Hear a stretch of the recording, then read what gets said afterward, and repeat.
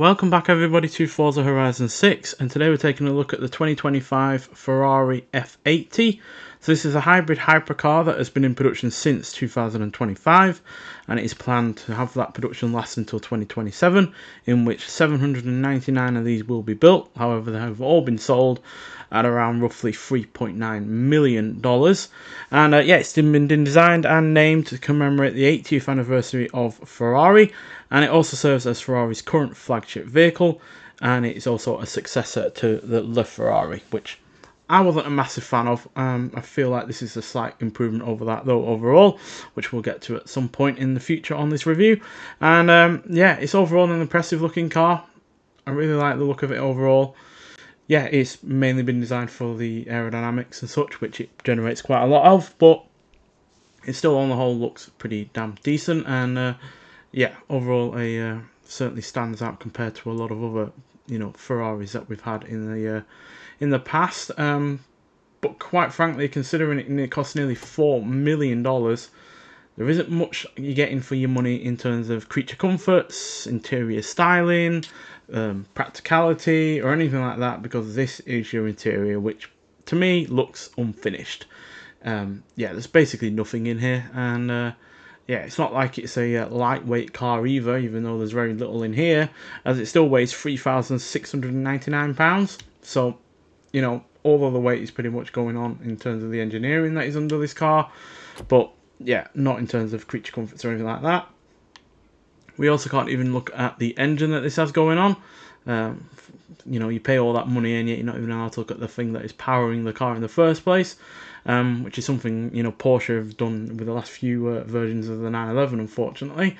But you do have a wing that comes up at a certain point in terms of speed and then retracts again when you get above a certain rate of speed to reduce the aerodynamic drag.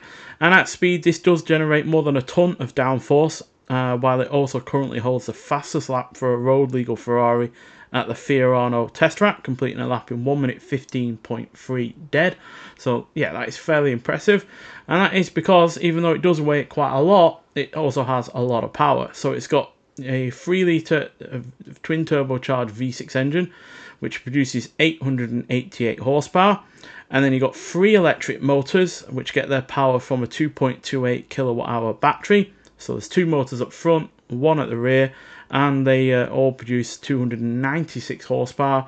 So all in total, you got 1,184 horsepower and 793 pounds-feet of torque. And because 2 of the electric motors are up front, that means you also have all-wheel drive. And all that power is put through an 8-speed dual-clutch gearbox. So yeah, plenty of power. More power than the LaFerrari had, while also having all-wheel drive, which that car also never had. But yeah, it still does weigh quite a lot, and yeah, unfortunately that does hold it back in terms of performance, and also somewhat in terms of handling, which we'll get to when we get onto the Legend Island circuit. So let's get there and see just what this car can do. Right, so here we are at the Legend Island circuit, and as per usual, we'll hear what the car sounds like, and then we'll talk about it some more.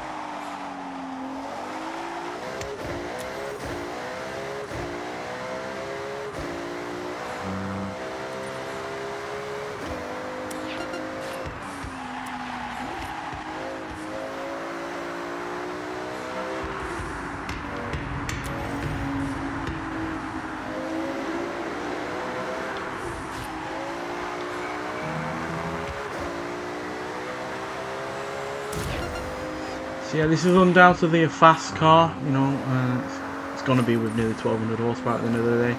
no matter what kind of weight it's got going on. And overall the handling is good, but it's not without its issues. I do feel like the weight is playing a part in this car not being as good as it could be. And yeah, the all-wheel drive system, although it is helping in certain regards, there are also other instances where it does induce some understeer, which again is not helped by that weight, which yeah, is quite significant at the end of the day for a car that is a hypercar when it comes down to it. But still, there's plenty of acceleration on the go, and yeah, when the handling is working well, it's working really well, especially due to the downforce that this car is able to generate at speed, thanks to that really rather large rear wing that you know, sits up above the back of the car. And yeah, acceleration is still pretty good as well. 0 to 60 in 3.222 seconds, 0 to 100 in 4.8 seconds dead, and it can go to a top speed of 251 miles an hour, which are all yeah, really impressive. But quite frankly, for a car with a near $4 million price tag, I was expecting something a little bit more special, and certainly something that, you know, quite frankly feels like a car that is, you know, able to beat pretty much everything on the road going.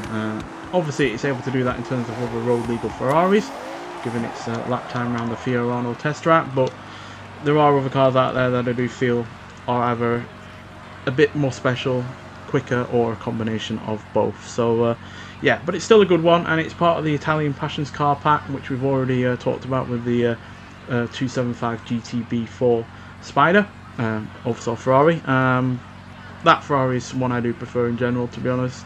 No, it's nowhere near as quick or as good in terms of handling or anything like that, but it is a work of art, and certainly one that you feel more than you know, logically like. So yeah, but this is, as far as modern Ferraris go, is definitely one of the better ones that I've used on a game like this. Nonetheless, so if you have used the F80 before, I'd like to hear your thoughts on it. But thank you for watching, and I'll see you in the next one. Bye.